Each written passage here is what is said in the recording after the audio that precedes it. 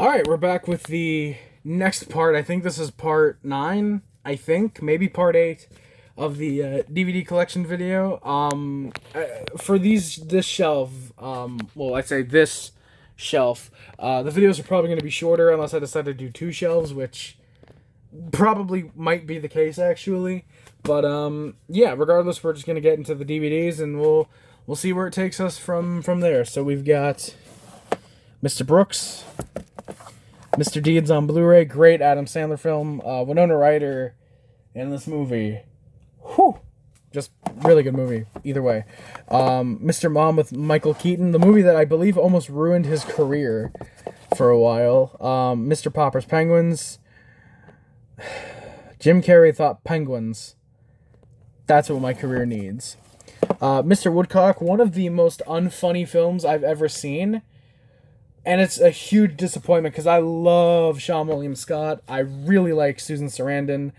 Billy Bob Thornton can be pretty good. I love Ethan Suplee as well. He's the dude from Mallrats who's staring at the optical illusion for most of the film. I love, like I said, Sean William Scott. I love Craig Gillespie. Some of the films that he's done. I, Tonya. The other film he did, I just mentioned in the last part, Lars and the Real Girl. He did that movie. I was really, really hoping this would be good, and it just sucked.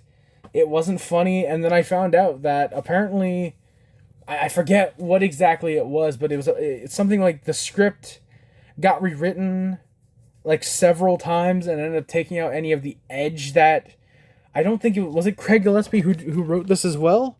No, I think it was those two guys who wrote it, but then the film got like rewritten a bunch. It took out any of the edge, which was the reason Craig Gillespie wanted to direct it, if I remember correctly. And it turned into just this really, really shitty comedy. And again, I love Sean William Scott and Susan Sarandon. She's still fucking hot. And I really wanted to enjoy this movie, and it wasn't good, unfortunately. So, Mr. Woodcock, I would avoid that one, unfortunately. Mrs. Brown's Boys, Cracking Christmas. I think we got this for Christmas last year. Still haven't watched it yet. Mrs. Doubtfire, everybody loves Mrs. Doubtfire, come on. Great, hilarious Robin Williams film. It's Robin Williams as a 50-year-old old lady. Like, how does the comedy not write itself? Genuinely clever at points. Robin Williams ad-libbing is at an all-time best in this film. Just, it's a great movie. Really, really funny. Very well-paced, too, as well, for being 2 hours. A 2-hour comedy, which you don't see those very often. Very, very, well-paced. The Mulan remake, unfortunately, this is not the animated original, because I definitely keep that in my collection. Multiplicity with Michael Keaton again. I like Michael Keaton, so I'll probably enjoy that, and Mr. Mom back there. The Mummy trilogy, this is the original 3, The Mummy, Returns, and Tomb of the Dragon Emperor. Don't be surprised if my OCD ass puts this in the box sets and you see it again in the box sets. Don't be surprised. That's all I'm going to say. And then we've got the Tom Cruise Mummy. Mom. La Mom the Mummy. Jesus, I can't speak. Yeah, it's the film that both started and ended the MCU, the Monster Cinematic Universe. Yeah, I wish they would have kept going with it. Like, even though this movie bombed at the box office, like, come on, give it at least 2 more films. The DCEU went on for like 8 films, and they had no reason to. The Munsters' Scary Little Christmas. The Muppets on DVD and on Blu-ray. I only keep the DVD case because I actually do prefer the cover art on the DVD to the Blu-ray. And I keep the Blu-ray because it has... Come on. Because it actually has the Blu-ray. When we bought it, it was like $4 at a movie rental place. They didn't have the DVD.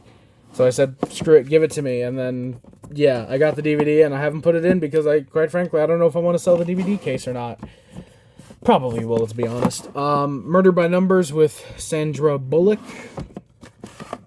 Murder in the First. Really interesting plot. Gotta check this one out. It's about Alcatraz, and it's got Christian Slater and Gary Oldman and Kevin Bacon, and I like those 3 guys, so probably watch that at one point or another.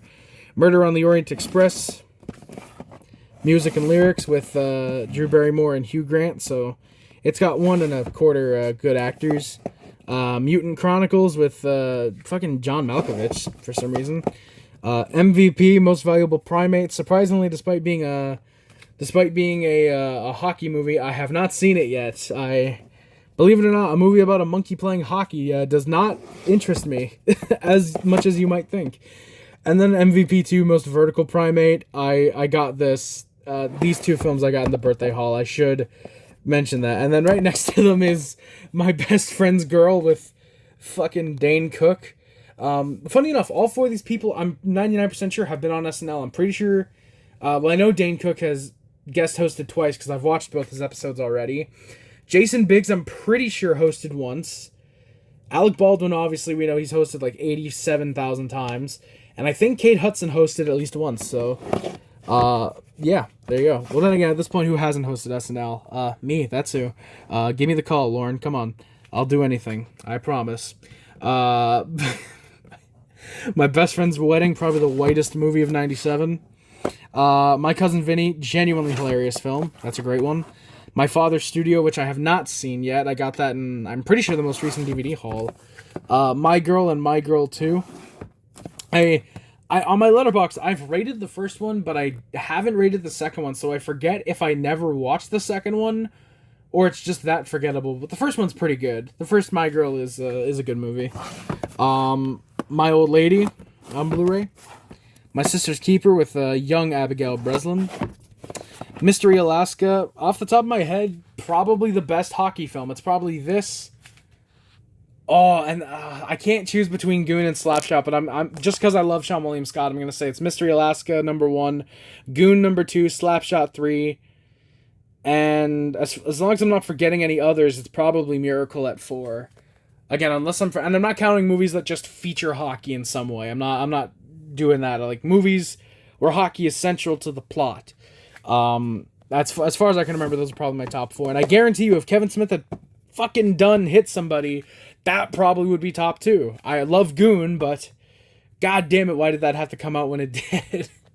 Because that movie was basically the reason Kevin Smith didn't do Hit Somebody, because the plot of those two films were going to be very, very similar, apparently, and God, just come on, Kevin. It's been like 13 years since Goon came out. Fucking please, do Hit Somebody. We need more hockey films. We need more hockey movies, Kevin, and I trust you.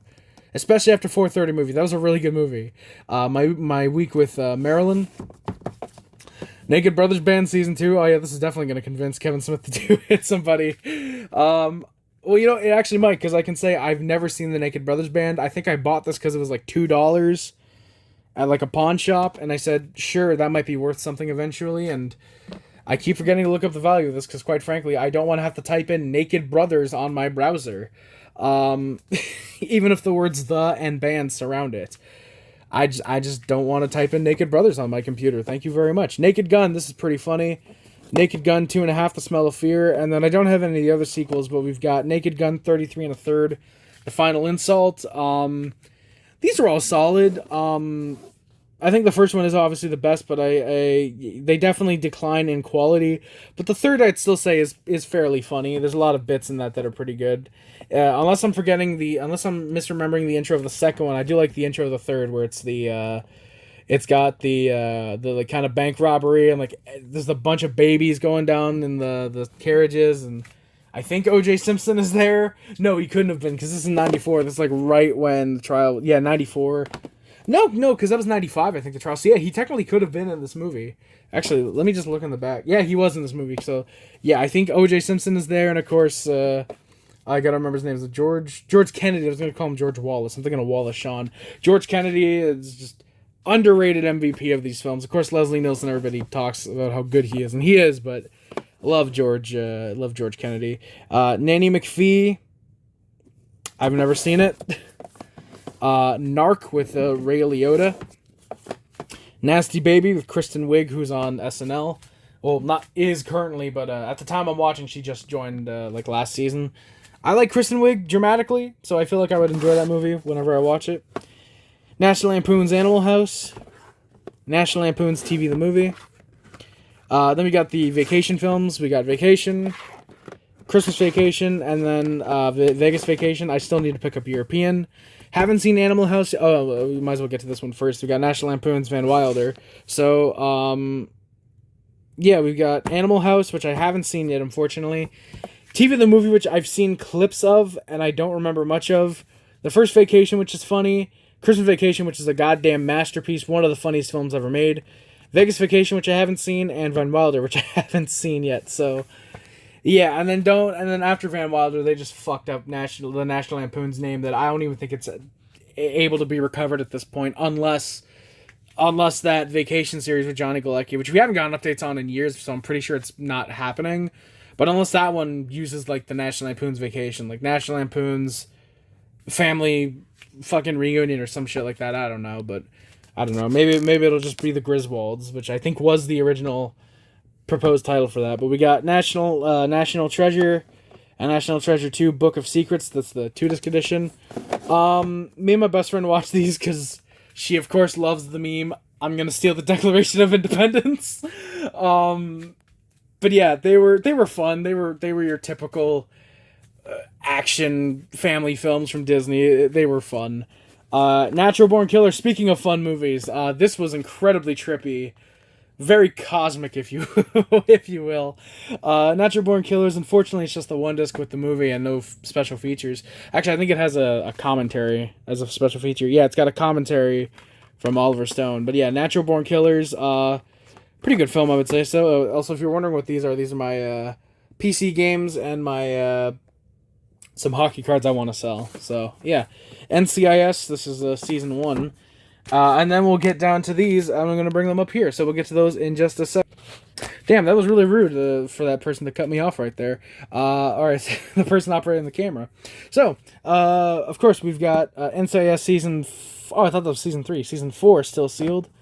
The Net with Sandra Bullock, Never Back Down, Never Been Kissed, New in Town, which just reminds me of the John Mulaney stand-up, which I think is one of the... John Mulaney has quickly become like one of my favorite stand-up comedians since me and my best friend binged his specials a couple months back. New Year's Eve, which is just I think a big anthology film, kind of. Next 3 Days, which actually has a pretty cool slipcover, I will say. That's Russell Crowe. Speaking of Russell Crowe, The Nice Guys, him and Ryan Gosling, still sealed. Young Margaret Crowley's actually in this. Yeah, you can see that. What the fuck, Keith David? Oh yeah, and Angourie Rice as well. If I remember correctly, this is like one of, if not the first films that Margaret Crowley did. And now she's like a big name after The Substance came out. And I know her mostly from Once Upon a Time in Hollywood, which, of course, we will get to at some point. It might actually be in this video because we're only at 13 minutes. But, yeah, she's pretty good. And I'm glad she made her debut in a good movie like that. At least I think it was her debut again. Nick and Nora's Infinite Playlist, the beautifully hot Kat Dennings, and the lovingly weird Michael Cera. Love him in that. Superbad, of course. Still need to watch Nick and Nora's Infinite Playlist. It sucks I don't have Superbad on DVD. I still need to buy that. Night at the Museum with the slipcover. This is the 2-disc edition. Night at the Museum, Battle of the Smithsonian, and Monkey Mischief. The first one I still think has some charm to it. I liked it as a kid, and we watched all 3 of them recently, me and my best friend. The first one was good. The second one was you know what? It was good. The first one was pretty good, I would say. The second one was good. Amy Adams is just... Whew, she's on another level in this movie. And then the third one was just alright. It was very baffling at points. But of course, Robin Williams' last film, I think before he passed away, he passed away in August, I think it was. That movie came out in December. I think it was the last film he had to be released after No, because Angriest Man in Brooklyn came out in 2015. It was a movie that came out after he passed away. But of course, you know, I love the exchange he has with Ben Stiller at the end of that movie. He said, Ben Stiller says, I don't know what I'm going to do tomorrow when I wake up. And then Robin Williams responds, how exciting. I love that, dude. Fucking goddamn Robin Williams. Why? Fucking why? Damn it. The Night Before with Joseph Gordon-Levitt and Sean William Scott, Seth Rogen. Get help, genuinely. If anybody is having, thoughts like that, go fucking get help. Enough of serious topics. Night Before, funny fart movie. No, funny Christmas movie. Genuinely watch this, I think, every year for the past 6 years around Christmas time. I genuinely love this movie. I really like Joseph Gordon-Levitt. Seth Rogen tripping balls through like 80% of it is hilarious. Aside from Mindy Kaling, who I really wish there would be AI program powerful enough to just completely fucking replace her in this movie, because if there was, I would. Just like how I would love to see the Flash movie redone with AI to have fucking rapist Ezra Miller or whatever crimes he's committed of. It wouldn't surprise me if rape was one of them. He looks like he would. Replaced with fucking Nathan Fielder, because that I would genuinely watch the movie. I think we stopped with like 20 minutes left when we watched The Flash, because it was like, yeah, no, that's just this movie fucking sucks. It just, at this point, you know, if it were now, we probably would say, fuck it, let's just do it, let's just get through it, you know. But like, again, come on, release the Nathan Fielder cut, Warner Brothers. Stop being pussies. But yeah, The Night Before, very fun Christmas movie. Nightcrawler with Jake Gyllenhaal, I remember that being good. The Night Listener with Robin Williams and Toni Collette. Still gonna watch this. I really like Robin Williams in more serious stuff. Of course, I love his comedy as well, but I really like seeing him in dramatic roles. Nightmare on Elm Street, that's the 2-disc edition, and this is probably the last update that you will ever, or the only update actually that you will see. All of these before I get the Blu-ray box set, fingers crossed. We've got Nightmare on Elm Street 2, Freddy's Revenge, Nightmare on Elm Street 3, Dream Warriors, 4, Dream Master, 5, Dream Child, Freddy's Dead, The Final Nightmare, and Wes Craven's New Nightmare. Then we got the piece of shit 2010 remake. Well, I say that despite like half the Nightmare movies being not god-awful, just being very bad. But the 2010 remake, genuinely, I don't think there's any reason to really watch it.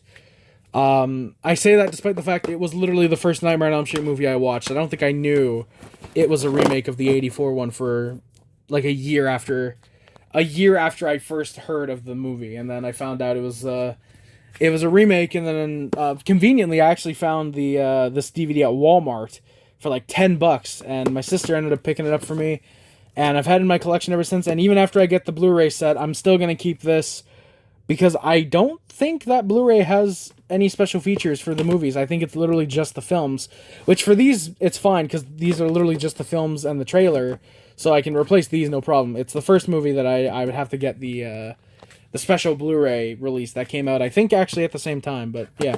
Regardless, Nights in Rodan, No Country for Old Men with the slipcover, great movie from the Coens.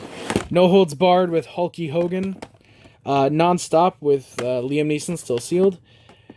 Norbit, which is not hysterically funny. I actually really did not like Norbit. I finally watched it for the first time in years, I think last year. I think I counted like 4 or 5 laughs, and half of them came from Cat Williams and what's his name as the pimps in that movie. They were kind of funny, but let me see. Maybe they show him on the back. Oh, fucking Eddie Griffith. Yeah, okay. Or Eddie Griffith. I'm thinking of fucking Andy Griffith. Andy Griffin. Yeah, Andy Griffin and Cat Williams. They were funny as the pimps. I don't know. Maybe it's just because I like Andy Griffin and I haven't seen him in anything recently aside from fucking Deuce Bigelow. But yeah, and then we got No Reservations. So yeah, I think that is going to do it for this video. We're going to end it a little shorter just because we'll do probably both of these shelves in the next video. So yeah, that's going to do it again for this video. Thank you all so much for watching. Playlist, if you haven't checked it out yet, blah, blah, blah. You know that by now. But then again, if you're like 9 parts deep, I assume you're either watching on the playlist or just are expecting the video tomorrow by this point. So yeah, that is going to do it for this video. We'll see you in the next part. Hopefully you're watching. And yeah, stay classy, boys. I'll see you in the next part.